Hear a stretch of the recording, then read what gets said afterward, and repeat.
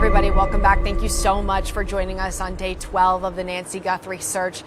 This is a great show in terms of just widespread analysis of where the case stands right now, especially with new information tonight about that suspect. They believe the abductor from the surveillance video, a new description of him, and then where the FBI stands tonight, including that new $100,000 reward.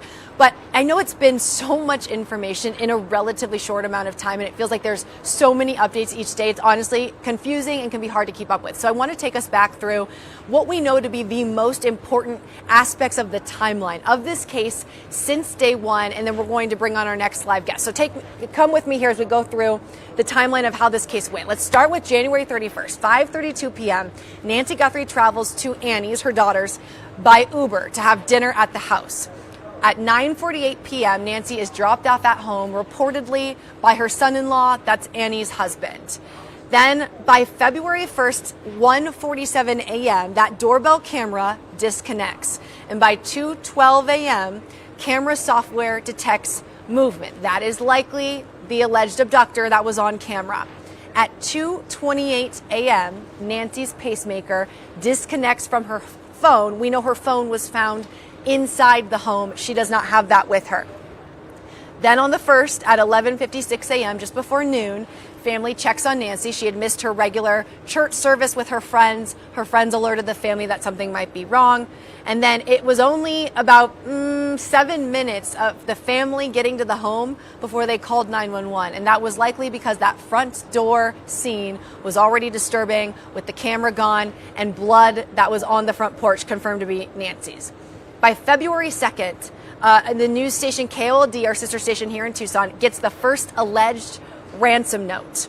On February 4th, the Guthries post a video asking for proof of life. On February 5th, at 5 p.m., that is the first deadline that was included in the ransom note. On February 6th, KOLD gets a second note with no proof of life and no additional ransom demand. Then on February 9th, that was this Monday, 5 p.m., that was the final deadline, the second deadline that was given in that original note. At this hour, we do not know if that original ransom note is credible or not. And we thought the FBI was going to have that kind of dialed in by now. They said they were going to be using those deadlines, and they don't. February 10th, the FBI releases the suspect surveillance video. Exceptionally important, probably the biggest break in the case we had so far. Then on February 10th, later that night, a person of interest is detained and released. His name was Carlos. We all followed that. We knew he was in custody for questioning. He then talked to media after and said he didn't even know who Nancy Guthrie was, who Savannah Guthrie was, had no idea. They searched his family's home and his car. Again, released tonight. There are no other persons of interest in custody. Then yesterday, February 11th, a pair of black gloves was found. And today is February 12th, and that's kind of where this all stands. At this point, we just know there's another suspect description, but those are really the key parts in this case. And I'm watching some of the comments coming in that are interesting. One person noted, we need the audio of that 911 call from the family. I agree. That would be really important to hear on there what they had searched, what they had seen at the home, what they were saying, and their demeanor on the call. Another person saying it looked like the backpack was really heavy that he had. Maybe, what did he have in that backpack? So I am monitoring the comments live. And for that, I want to bring in our next live expert, Phil Roberts, former sergeant with Phoenix Police in the Violent Crimes Bureau, specifically assigned to extortion killings. Phil, thanks so much for joining us again. You were fantastic the other night, just in terms of understanding everything that's coming in real time. So thank you for joining us tonight. Sure, you bet. So first question for you is coming actually from the questions we're getting live. Somebody said, is this an inside job based on everything that we see? Is that something you could determine right now? I don't think we can. I don't think we can determine that. That's always a possibility, and I think that's one of the first things law enforcement's looking at. So, is it possible? It absolutely is possible, and I would imagine by this time frame, the FBI has probably had multiple interviews with multiple different people, not just direct family members, but probably some indirect family members as well. So, yeah, the answer to the question, it is possible. And I know the last time we talked to you, you had said you didn't think that kidnapping might have been the original motive here. Since that day, so it's been a couple days since we talked to you, and what's come out since, do you still believe that? You know, I still think, and again, I'm only operating here in a bubble of what I know. I mean, I'm sure that the law enforcement, Pima County Sheriff's Department, the FBI have tons of more information they're not releasing. But just based on the number of kidnappings I worked in with the city of Phoenix, and we did over a hundred kidnappings where extortion demands were made, and what's happening here in the Nancy Guthrie case, it doesn't strike me as it was very well thought out at all. I mean, and then we can go back over that if you want, but it seems to be very amateurish. And with that being said, I just tend to think that there's a lot more home invasions that occur in the Tucson, Phoenix metro area than there are kidnappings. There just are. So I would tend to think that I still kind of lean a little bit more towards, I think that this was going to start off to be a home invasion.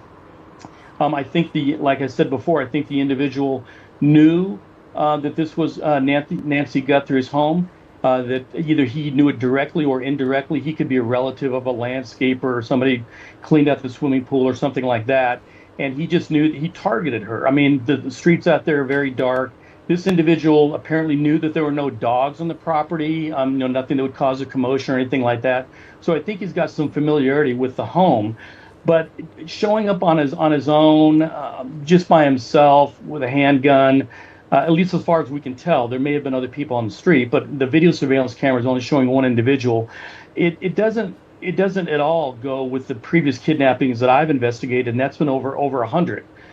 Usually on the initial abduction, there's anywhere from 3 to 5 or 6 different individuals, all doing different jobs, acting as lookouts and things like that as they're inside the home. Plus the mere fact that they're inside the home, apparently, by looking at the timeline, for a period of time.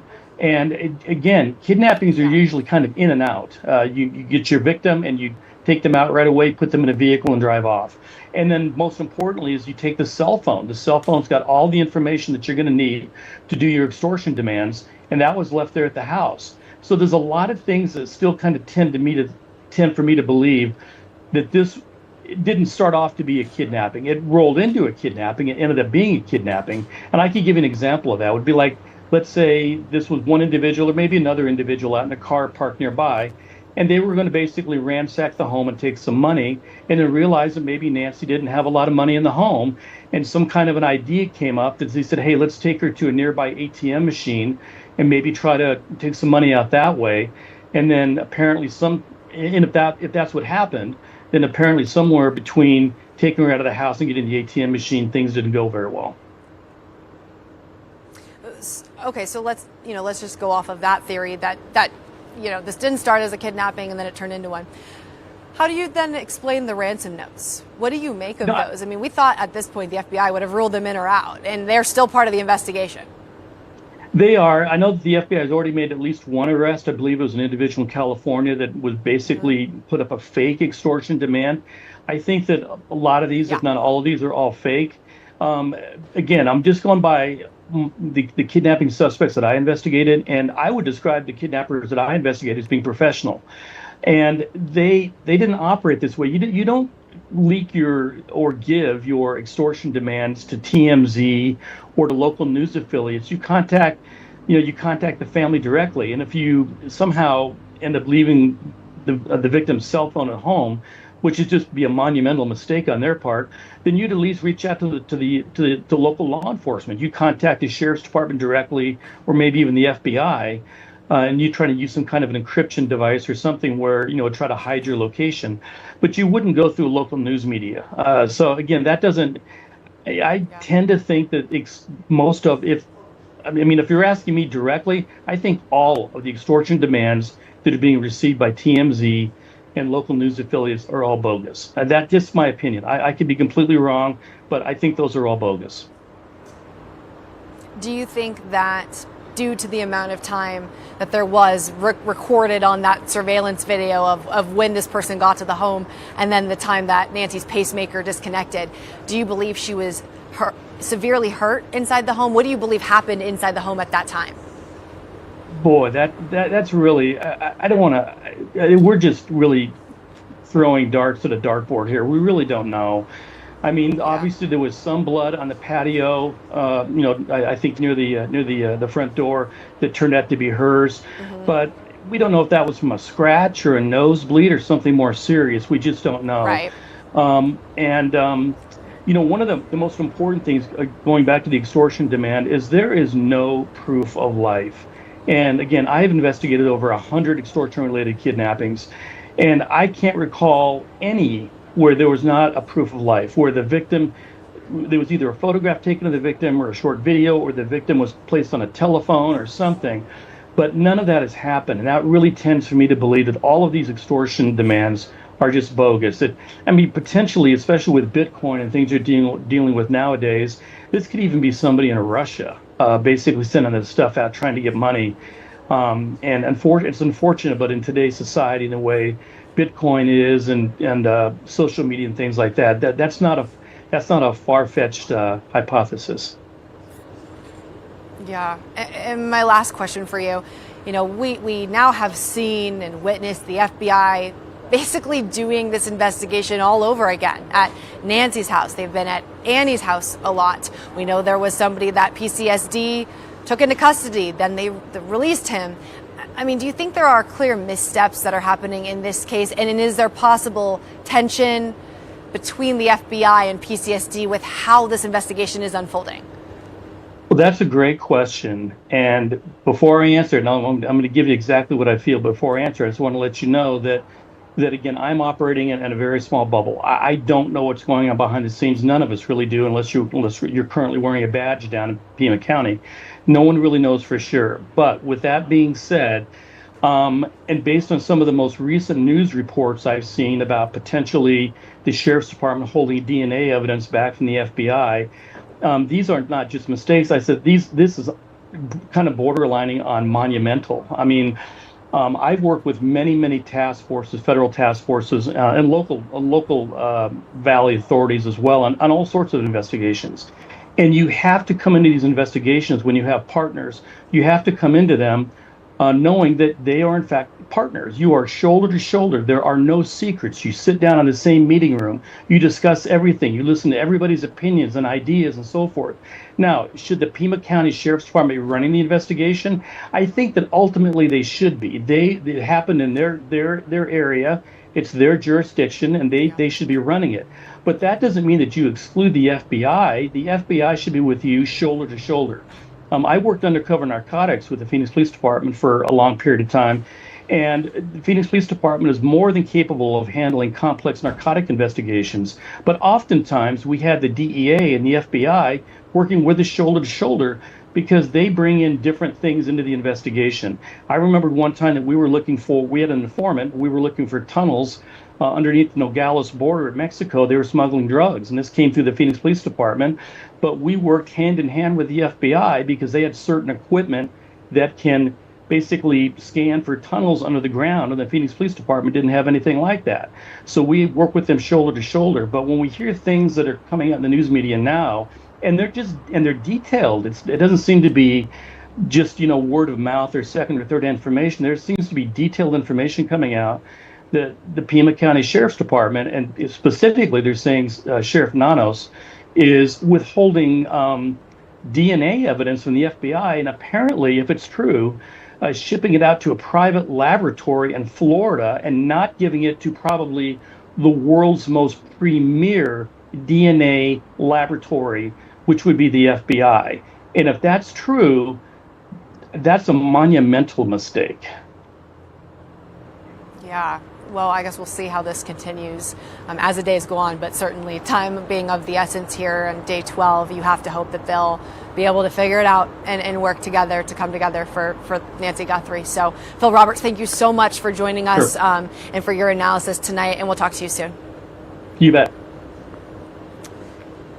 All right, guys, after the break, a live report from Nancy Guthrie's house with our sister station, Sean Mahoney, a KOLD reporter. He's going to join us live on the show. We're going to talk about the community aspect and what we've learned just from the newsroom side of things, how unusual this case is. We'll talk to him coming up. Hi, everybody. Welcome back tonight. I want to go out live to Sean Mahoney, a KOLD reporter who is out live outside Nancy Guthrie's home tonight as the investigation continues. And just to let everybody know, you might have a little bit of a 3 to 4 second delay between me and Sean. The cell phone service reception is really tough out by Nancy's home. So you'll hear a little bit of a delay so that they can hear us well. But Sean, you're outside the home tonight. At first, just give me a little bit of the lay of the land tonight. Is there any investigators out there? There's obviously still a lot of media, but anything new from this evening into the night? Yeah, nothing too crazy into the night here tonight. I mean, you can see behind me, it's a little bit hard to see. There is one sheriff's deputy squad car out there, but as we reported on, that's because the Guthrie family requested for the sheriffs to have a presence out here because of just the extensive news coverage. I mean, outside of this field of view, there is at least over a dozen cars from news outlets across the nation who are here tonight to cover day 12 of this investigation. As far as activity from law enforcement, we saw some sheriff's deputies here early in the morning. We haven't seen too much activity going on to the afternoon and evening, but still, I mean, this street has been the center of quite literally the nation as we all look for details as they come out in this story. And yeah, that continues here into the night. And I will say, from being here last week to this week, we've seen about double the amount of media coverage here by the Guthrie residents, and that's no different tonight with, like I mentioned, over a dozen news vehicles here, and even some probably out of my line of view as well. Yeah, Sean, I noticed that too, just being there from last week into this week. When I drove by earlier today, there was probably 50 to 60 news cars. Just, I mean, the whole world has descended on Tucson for this investigation. You know, I want to talk to you about kind of the behind the scenes for your newsroom and just in general. KOLD was the station, the Tucson station, that received these two notes, these alleged ransom notes from this alleged abductor. And again, we don't know if these are legitimate. Still, 12 days into this, we still don't know if these are legit or not. But something that I've found reporting on this, and I want to get your kind of behind the scenes take on it. You know, typically when there's an investigation, high profile case, we're seeing updates, we're posting the updates. But this case, more than anything else I've noticed, it's like every tiny tidbit, even if it's just a deputy that's out there. People in the public want every movement. They want to know every possible, you know, blink of an eye from each deputy, from an FBI agent. I mean, it can be a small update, but it seems that the public feels that that is exceptionally important. It's been hard to keep up with, and I know that there's this appetite that people want this constantly, but from your perspective, the way that your newsroom has handled this and kind of digested it and then tried to, you know, put your resources out wherever you can to cover everything in real time, what's that been like for you personally and your station personally?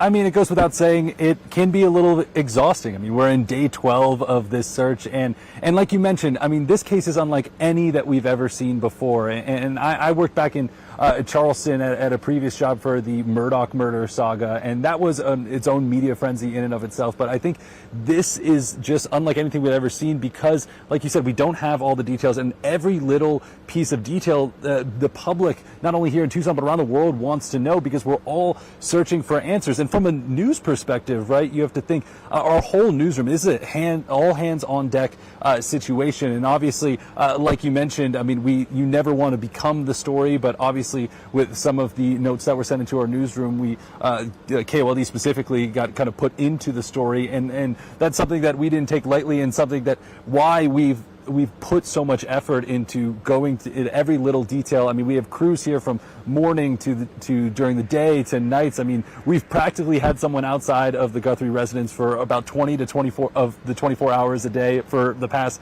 12 days. And like you mentioned, it's because of the fact that there are so many people who want to know all these little updates. And a lot of these little updates that we're talking about, whether it's a deputy outside of Guthrie's home or when you go to Annie Guthrie's house, the activity there. I mean, a little update can be a huge break, and we've seen it with some of the evidence that has been recovered. We've seen it in some of the notes that have been sent out by the FBI. I mean, every little detail, people are tuning in to find those out because one detail can be the case, the piece of evidence or the factor that breaks this case wide open, and everyone wants to, you know, be there or be aware of it when it happens. Yeah, you're completely right. And also part of the problem is that PCSD and the FBI hasn't held a press conference for an entire week. So this leaves people guessing even more about the mystery of what's going on, and wanting that update as well. One more question before we let you go. Just from the community emotional side of this story, we focus so much on the investigative updates, but Savannah Guthrie, co-host of the Today Show, posting another video today, a heartbreaking video of her and her siblings as kids with their mom, the hashtag bring her home. But I know that neighbors have also been sending yellow flowers or more flowers to the Guthrie home, and also putting out yellow ribbons in support. Can you just talk about the growing kind of scene there, of show of support, flowers there, that has grown in the last couple days? I mean, yeah, absolutely. It's actually what we're focusing some of our reports on here tonight. When this whole thing started, I mean, we saw a lot of the neighbors in the community reacting. And we started there for the first day or two and just hearing about one of their neighbors, this happening to someone so close to them. And as the story has grown and grown, you've seen more and more people from outside of the outskirts of the Catalina foothills to the entire city of Tucson trying to find a way to show their support. And you mentioned the color yellow too, because I don't know if a lot of people know this, but yellow is the symbol for hope, specifically when it comes to flowers. And we talked with the resident. I mean, there were people out here from Chandler today, a group of about 12 ladies who had come to drop off yellow ribbons and flowers. There's a local flower shop, Casa Adobes flower shop, that has been assigned by the HOA to take in orders from the community, and they've been getting orders from across the nation of people trying to send flowers. I mean, the scene, it's kind of hard to see behind me, but there is more than a dozen, or I would say upwards of 20 bouquets of flowers out there, which has grown. This past weekend, there was only a candle or maybe one bouquet of flowers, and you could see the support growing day by day as more people, they're just trying to find any way to show support. And it's like, for a lot of people, you mentioned Guthrie's posting on social media. I mean, a lot of people, you can't reach out to the Guthrie family and tell them yourself. And this is the next best thing. And the one key message that I've heard from a lot of people is not only are they sending these flowers out as a show of support, but they're hoping that this scene that we've seen grow over the past few days and this tribute and show of support for Nancy, they're hoping that Nancy will get to see it. And I think that's what's most powerful about this, is that it's not just something that they're doing to show support now, but they're hoping that if Nancy can be found safe, that she will get to witness this firsthand. And it's just so powerful seeing just not only the people from local Tucson community, but across the nation trying to show support on the ground here at the Guthrie residence. Yeah, it's not a memorial, it's a show of support. Sean Mahoney, KLD reporter, thank you so much for the live report from the scene. Appreciate your incredible reporting. I know it's a lot of work out there, so thank you so much for joining the show. Thank you so much. All right, guys, thank you so much for joining True Crime AZ Live tonight. The big news coming out today, an $100,000 reward now from the FBI, and that new suspect description, 5'9" or 5'10" average build with this Ozark backpack. Again, if you know anything about this case, please call in tips. You can now submit them online to an evidence portal through PCSD, or you can call 1-800-CALL-FBI. They need your help. They need to bring Nancy home. And I know just from the totality of this investigation, there's so much coming out in rapid time. But at the end of the day, this is the Guthrie family. This is Savannah's mom. And her posting that video today really just kind of brought home the emotional aspect, the family aspect of what we're dealing with tonight. So again, day 12 of searching for Nancy Guthrie. We'll be staying on this case in the coming days, in the coming weeks. We obviously hope that with all the new information, there's a break in the case soon that would lead to the arrest of the person who abducted Nancy Guthrie. And most importantly, the hope and goal is to find Nancy Guthrie and find Nancy Guthrie alive. Thank you so much for joining True Crime AZ Live. You can follow me on social media at Brianna Whitney, YouTube, Instagram, Twitter. We're going to be posting updates in real time as they happen. I hope everybody has a safe night and appreciate you guys so much for joining us. Thanks so much.